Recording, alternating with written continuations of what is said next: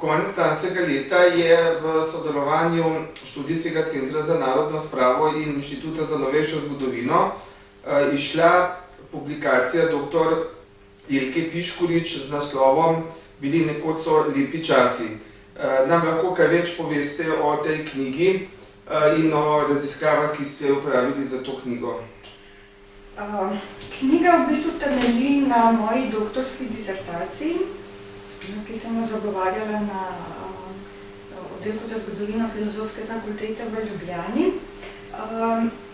Je pa izšla kot 39. knjiga v zbirki razpoznavanja pri Inštitutu za novejšo zgodovino.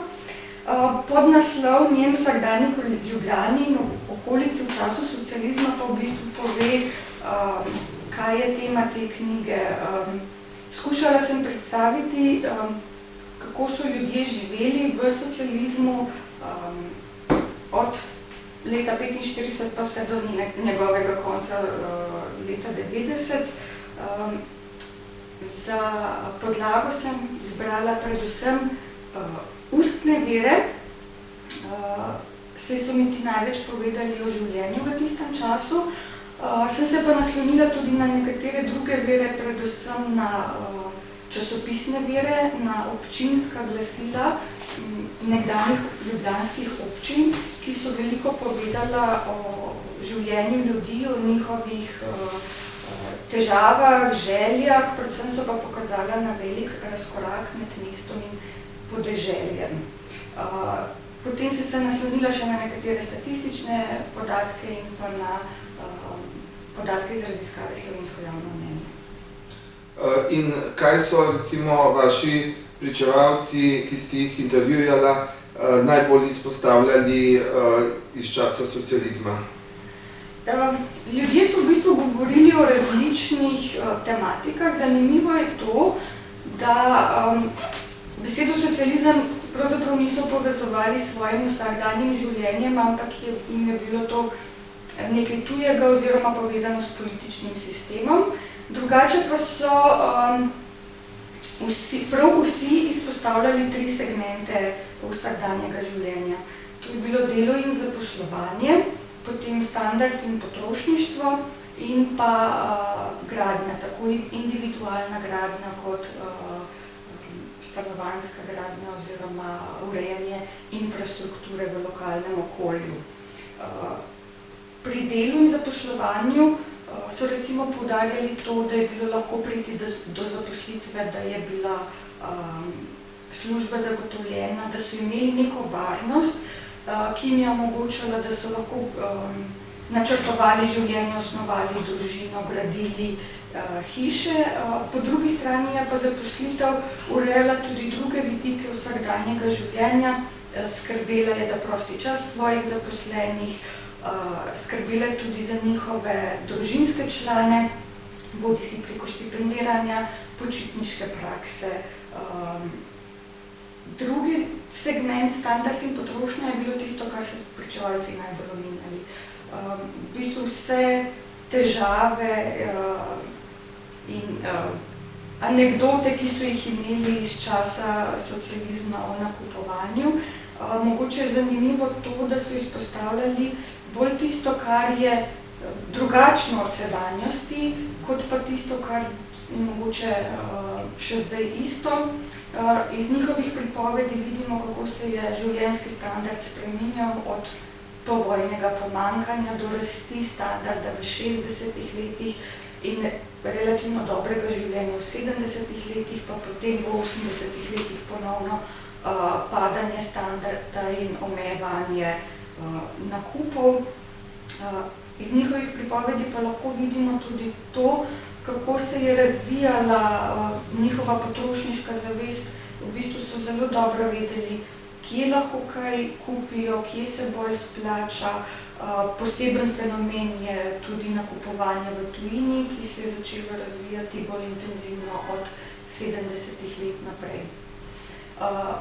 Tretji segment, gradnja, je pa tudi nekaj, kar so zelo pogosto izpostavljali, sploh, da je bilo lahko zgraditi hišo, da so bili krediti za gradnjo ugodni, Ampak če pa globlje pogledamo v njihove pripovedi in pa tudi v druge vire, pa vidimo, da je na tem področju bilo veliko razlikovanje med ljudmi, družbenih stanovanj, ki jih je država propagirala, je v bistvu primanjkovalo skozi celo obdobje socializma in dostop do teh stanovanj je bil omejen oziroma nekatere skupine so imele boljši dostop kot druge, tisti, ki niso mogli drugače rešiti stanovanjskega vprašanja, so gradili hiše.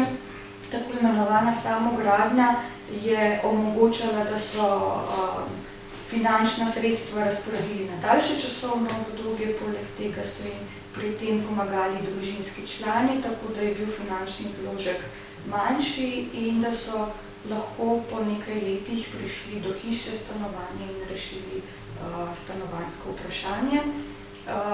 Kar se pa tiče gradnje infrastrukture, pa lahko vidimo, da je podeželje zelo zaostajalo za mestom.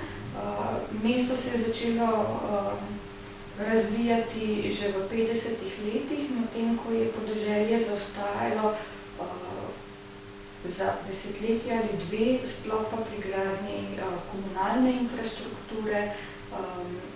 Nekako v 70-ih letih potem ta modernizacija počasi vstopa tudi na podeželje. Ste morda opazili med pričevalci kakšno veliko razliko v gledanju na socializem in na čem temeljijo te razlike, po vašem mnenju?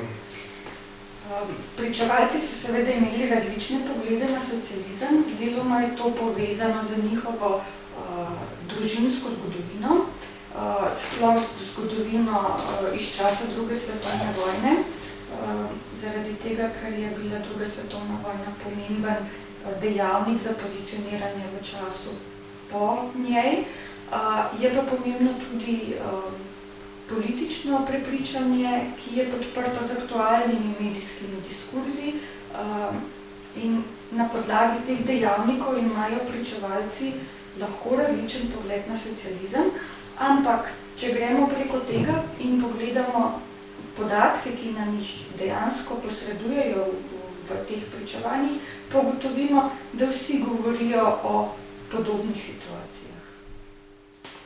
Torej, slišali smo kratko predstavitev te knjige, mnogo zanimivosti najdete tudi sami v tej knjigi, zato vas povabim k branju. Knjigo lahko dobite po ceni 28 €, bodisi na študijskem centru, bodisi na Inštitutu za novejšo zgodovino. Tako da vse lepo vabim k branju te knjige in zaenkrat se poslavljamo, bomo pa predstavili še kakšne knjižne novosti v prihodnosti.